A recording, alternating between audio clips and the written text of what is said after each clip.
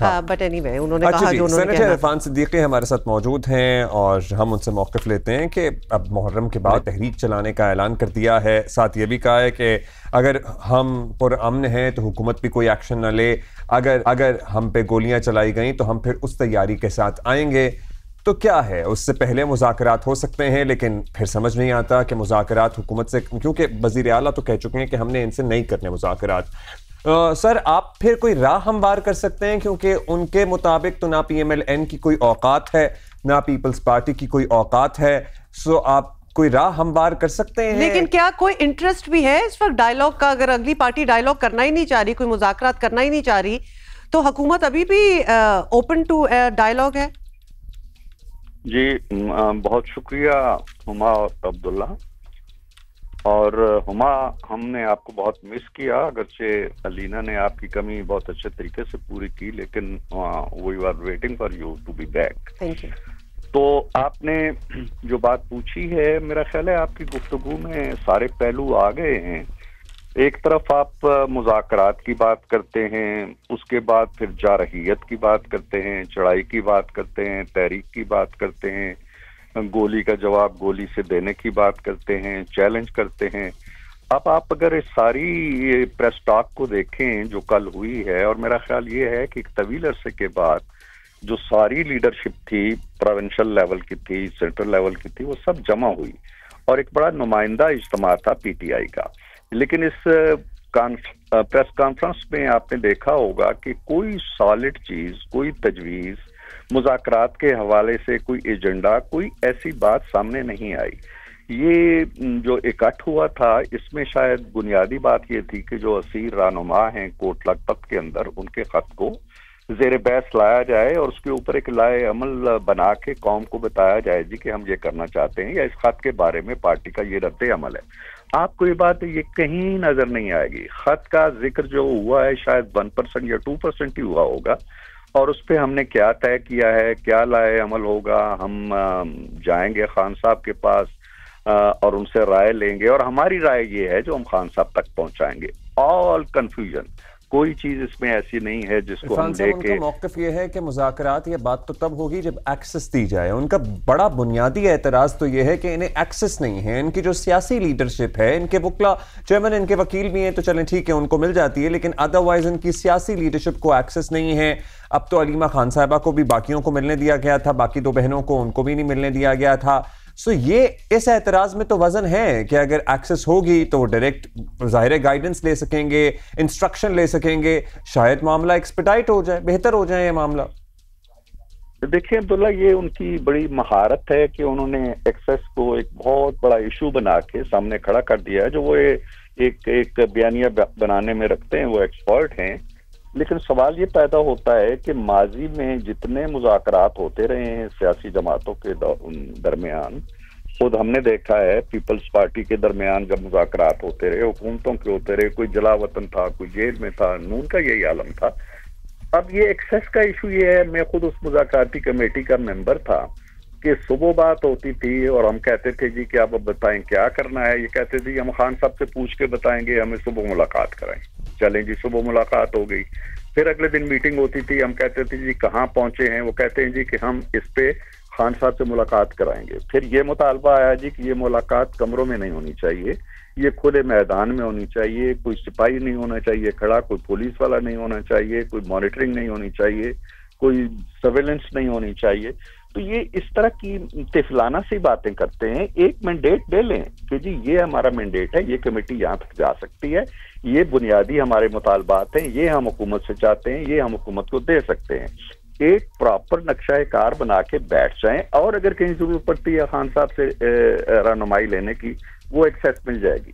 اب یہ ایکسیس سے بات شروع ہوتی ہے، ایکسیس پہ ختم ہو جاتی ہے۔ میں آپ اگر اجازت دیں جسٹ آدھے منٹ میں یہ بتاتا ہوں کہ المیہ کیا ہے۔ المیہ یہ ہے کہ جو بھی مذاکراتی کمیٹی ہوتی ہے، اس کے کسی رہنما کو، چاہے اس کا کوئی بھی قد کاٹ ہو، اعتماد نہیں ہے کہ جو بات میں کروں گا خان صاحب یہ بات مانیں گے۔ وہ ایک دوسرے کو دیکھتے ہیں، جب ہماری طرف سے کوئی سوال ہوتا ہے جی کہ چلیں ہم یہ کر لیں تو آپ کیا کریں گے، تو وہ کوئی جواب نہیں دیتے۔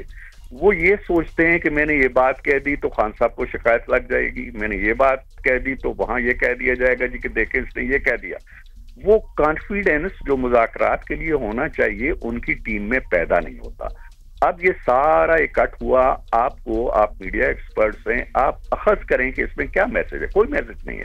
اچھا سر, اب محرم ظاہر ہے اس کے بعد اگر ان کی تحریک چلانے کی تیاری ہے اور یہ پھر کسی جلوس کی صورت میں, کسی مارچ کی صورت میں آتے ہیں اور انہیں روکا جاتا ہے, تو روکیں گے یا نہیں روکیں گے؟ کیونکہ وہ کہہ رہے ہیں کہ اگر روکیں گے, ظاہر روکتے ہیں تو پھر ہر طرح کا حربہ استعمال ہوتا ہے نا. اب وہ پھر ربڑ کی گولیاں ہوں حکومت کہتی ہے, پھر یہ کہتے ہیں سیدھا فائر کیا جاتا ہے, وہ ایک کنفیوژن ہی بنی رہتی ہے اور وہ ایشو بنتا ہے. تو کیا انہیں احتجاج کی اجازت ہوگی کہ یہ جہاں چاہیں آئیں, بیٹھیں, احتجاج کریں اور چلے جائیں, یا بیٹھے رہیں؟ بالکل عبداللہ, اس میں تو کوئی دو رائے نہیں ہے. احتجاج ان کا آئینی اور دستوری حق ہے, استحقاق ہے. لیکن آپ مگر حکومت نے, اسٹیٹ نے ان کا احتجاج روکنے کے لیے کافی حربے استعمال کیے ہیں ماضی میں. ہم نے احتجاج روکنے کے لیے کوئی حربہ نہیں کیا. ہم نے انتشار اور فساد روکنے کے لیے یقیناً رد عمل دکھایا ہے. یہ اگر خیبر پختونخوا سے درختوں کو جلاتے ہوئے, نعرے لگاتے ہوئے, فائرنگ کرتے ہوئے یہاں اسلام آباد تک آ جاتے ہیں تو ہم نے کیا کیا؟ ہم نے نہیں روکا ان کو. یہ جب اسلام آباد پہ بھی چڑھائی کرتے ہیں اور کوشش کرتے ہیں کہ ہم ریڈ زون کے اندر داخل ہو کے, اس وقت جبکہ ہوٹل میں ہمارے بہت معزز مہمان ٹھہرے ہوئے تھے, وہاں تک چلے جائیں اور ایک سین کریٹ کریں, تو اسٹیٹ کیا کرے گی؟ لہٰذا ان کے جتنے بھی اجتماعات, مجھے کوئی ایک اجتماع بتا دیں, کوئی ایک احتجاج بتا دیں جو پرامن حدود کے اندر, آئینی اور قانونی دائرے کے اندر انہوں نے کیا ہو. آج بھی کریں, موسٹ ویلکم. یہ چاہتے ہیں جی کہ ایک اکٹھ ہو لاکھوں کا, جو کہ نہیں ہو رہا. اب وہ اسٹریٹ پاور گنوا چکے ہیں, آپشنز ختم ہو گئے ہیں, 9 مئی قصہ ماضی ہو گیا, اس کی سزائیں بھگت رہے ہیں. لوگوں نے ان کی کالیں نہیں سنی, سول نافرمانی ختم ہو گئی, ٹرمپ کا پتہ جو ہے وہ نہیں چلا. تو یہ سینیٹر صاحب, لیکن اب اگر آن دا فلپ سائڈ یہ بھی دیکھیں کہ ان کو میسیجز کیا پہنچ رہے ہیں حکومت کی طرف سے. اگر گورنر کنڈی کے ساتھ میٹنگز ہو رہی ہیں پرائم منسٹر کی, اور نو کانفیڈنس موشن کی باتیں ہو رہی ہیں کے پی حکومت کے لیے, تو وہاں ایک جوش اور غصہ تو نیچرلی ایک ایگزیکٹلی وہ نظر آئے گا. جو پہلے ہی آپ کہہ رہے ہیں, رائٹلی سو چلیں, پوائنٹ ٹیکن, کہ اگر درخت جلاتے ہوئے یہاں پہنچ رہے ہیں اور ان کا احتجاج کرنے کا سٹائل بہت وائلنٹ ہے, تو اس قسم کی اگر کامنٹری ہو رہی ہوگی, اس قسم کی خبریں آ رہی ہوں گی, تو وہ تو جلتی پہ تیل پھینکنے والی بات ہو گئی. دیکھیں نا, جب عدم اعتماد, پہلی بات تو یہ ہے کہ حکومت کے کوئی پیش نظر نہیں ہے. میری پرسوں بھی وزیر اعظم سے ملاقات ہوئی ہے, کسی مرحلے میں یہ آپشن کوئی ڈسکس نہیں ہوا. وہ گورنر ہیں ایک صوبے کے, اور گورنر اگر وزیر اعظم سے ملتا ہے, ایون گنڈاپور صاحب اگر آ کے ملتے ہیں, کسی کو کوئی اعتراض نہیں ہونا چاہیے, اور نہ یہ اس کو کسی سازش سے عبارت کرنا چاہیے. یہ معاملہ سیدھا سادہ ہے کہ وہ آئے ہیں, ایک سمپل ملاقات ہوئی ہے. کل میری بھی ایک ملاقات کی, اس کے فوراً بعد ہوئی ہے, تو کوئی ایسا ایجنڈا ہے نہیں. دوسری بات یہ ہے, اگر 1% یہ مان لیا جائے کہ یہ عدم اعتماد کی کوشش ہے, تو عدم اعتماد جو ہے کیا وہ آئین اجازت نہیں دیتا؟ کیا خود خان صاحب عدم اعتماد کی نظر نہیں ہوگے؟ اور یہ سارا فساد جس سے وہ دوچار ہیں آج, وہ اس لیے ہے کہ عدم اعتماد کی تحریک کو انہوں نے آئینی طریقے سے سامنا نہیں کیا. انہوں نے اسمبلی توڑ دی, انہوں نے رولنگ دلوائی سوری سے, اس طرح سے کہ سر یہاں تو ان کی بڑی واضح اکثریت ہے, تو عدم اعتماد آنا لانا ظاہر ہے وہ سیاسی انجینئرنگ کے بغیر ممکن نہیں ہوگا. مولانا فضل الرحمان کی جو وہ بات کرتے ہیں کہ انہوں نے منع کر دیا اور ان کی بہنوں نے پیغام خان صاحب کو پہنچا دیا کہ ہم کسی تحریک کا یا کسی عدم اعتماد کا, نو کانفیڈنس موشن کا حصہ نہیں بنیں گے, آپ کے علم میں ہے کہ مولانا صاحب تک یہ بات گئی تھی یا نہیں گئی تھی؟ مولانا تک جہاں تک میری معلومات ہیں, اس طرح کے اشارے ضرور پہنچے ہوں گے کہیں نہ کہیں سے, اور وہ اشارے جو ہیں وہ ضروری نہیں ہے کہ حکومت کے ایما پہ یا حکومت کے مشورے سے ہوں. کچھ علاقائی صوبائی معاملات ہوتے ہیں اور وہاں ممکن ہے کہ جو لوکل لیڈرز ہیں انہوں نے کوئی ایسی بات کی ہو. لیکن میں واضح کر دوں آپ کو کہ ہمارے پیش نظر کوئی ایسی بات نہیں ہے. میں آپ کو 2013 کے انتخابات کی یاد دلاتا ہوں کہ ان کو اکثریت نہیں تھی وہاں پہ. میں اس میٹنگ میں موجود تھا جب میاں صاحب سے کہا گیا جی کہ ان کی اکثریت نہیں ہے, مولانا حکومت بنا سکتے ہیں, ہم اپنی حکومت بنا سکتے ہیں. تو نواز شریف صاحب نے کہا کہ نہیں, ان کی اکثریت تو نہیں ہے لیکن ووٹ سب سے زیادہ ہیں اور نمائندے سب سے زیادہ ہیں, لہذا وہ حکومت بنائے. ہم نے ان کی حکومت بننے دی, اور بننے دی جو آج 15 سال سے قائم ہے, وہی حکومت چلی آ رہی ہے ان کی. لہذا ہم کوئی ایسا حربہ نہیں کریں گے کہ صوبہ جو آلریڈی دہشت گردی کا شکار ہے اور مسائل کا شکار ہے وہ مزید کسی بحران میں چلا جائے. So it is off the cards. it is off the cards now?